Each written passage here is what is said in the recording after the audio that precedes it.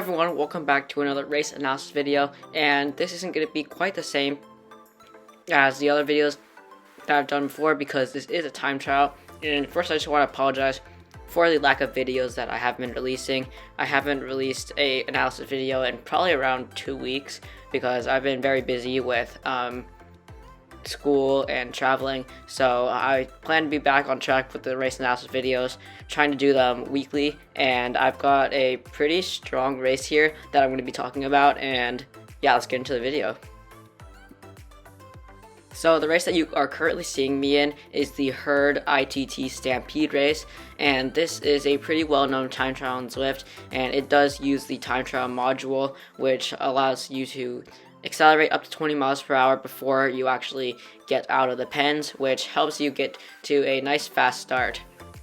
So you can see that it is a very short race. You actually cannot see the remaining distance, which is something that I really like to see on time trials because that will just help you pace so much better. But you can see that it is a pretty cool landscape. It's on the new Mech Isle Loop in Urukazi, which means it's around 2.6 to 2.7 miles, and it does feature some gravel and some sand. So it's going to be a mixed terrain race with a really fast time of probably around 6 or 7 minutes depending on which category riders raced in. So I was aiming to hold around 200 watts, which is really good for me because that's around my 5-minute power. So I was just trying to hold around that pace for the duration of the race. I chose the Scott Plasma TT bike with the DT Swiss disc wheel because it is the fastest TT setup. The KDX bike actually does beat it slightly, but the Scott is better on the climbs. So if you were looking at my heart rate and thinking that looks super unrealistic, it's because I was using it from my watch because I didn't have the time to put my heart rate monitor on because I literally joined the race with like less than a minute to spare, and I still had to get my shoes on and get my water. So the heart rate was not accurate. You can just ignore that for now, even though I just drew attention to it. But just pretend that that's not there. That is not my actual heart rate. I was probably around 190 to 200 beats per minute because that's normally what I am doing in zone 5 to zone 6. So you can see that we are going up a slight incline, and that is when I start to put a little bit more power into the pedals. But I know that I cannot go too hard on the climbs because there is still a long ways to go after this, and I'm going to need to be able to sustain a pretty steady pace in order to not blow up towards the end of the race. You see that I'm just taking a few screenshots because it really was a nice landscape with the nighttime in Urukazi. And yeah, so you can see that based off my power graph, I am holding a pretty steady power. Most of the time it's been over 200. There was a small section where I went under 200, but I am generally keeping it very steady. I'm doing around 60 RPM, which is a little bit low, but it's still pretty good considering that I'm going up a 5% gradient. And this is a small climb, but still made quite a big dent in my performance because the resistance was really just taking a lot of energy out of my legs.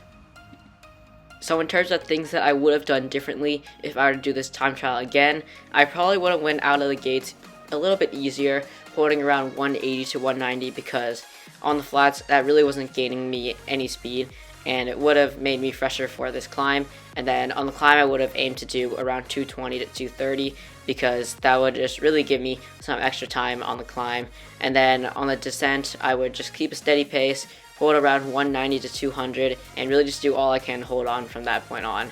But you can see that I did use quite a bit of energy at the start, which wasn't ideal, and I really should have been saving my energy at that point because that was probably the easiest part of the course.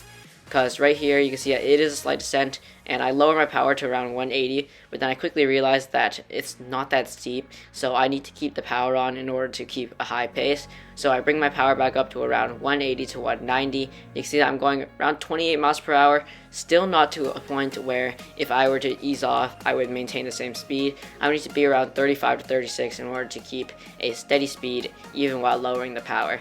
So you can see that based off my power graph, I did ease up quite a bit on that descent, but I still kept it around 170 to 180. And you're about to see me make a right-hand turn, which will sort of take me to the finish, I guess, but it is quite a bit longer. And this is what I thought, okay, I'm almost done, so I can bring the power up to around 210 to 215. and that actually was not the case. I didn't know the route super well, and I thought that the race was almost over, but really there was quite a long ways left. You can see I'm going up to around 220, but that is a big mistake. So really knowing the course, especially during a time trial, is extremely important because it'll help you pace for that finishing stretch, because you don't want to do what I did and completely blow up. You can see that I'm just struggling to keep my power around 200 at this point, and there still is quite a ways left in the race. So you can see that I'm just cranking out every watt left that I have, and I'm thinking that the finish must be just around the corner, and then there still is no finish in sight, and you can't actually see it on the map. It wasn't a holographic finish line. Well, it actually was, but it's not like one where you can like physically see on the map itself. Is one that's pretty much invisible to riders unless you are straight in front of it. So you see that I brought my power down to around 180, 190, and I was totally suffering here. I had nothing left in the tank because I had used everything that I had in that finishing bit, because I thought that was a finishing bit, but it really wasn't. And you're going to see that I am going to hit the finish after I round this corner, and my power is slowly dropping still, and I just don't have the energy to maintain that 200 to 210. Overall, I was pretty happy with this result, and I ended up winning the race, which was not the most exciting for me because there were only like 2 other riders in the race. So if there were more riders, I'd definitely be more excited. But overall, I was really happy with the power that I was able to sustain for this race, and it really showed me that I could probably improve my 5-minute power if I was able to hold, let's see, 200 watts for 6.5 minutes. So I could probably do around 220 for 5 minutes.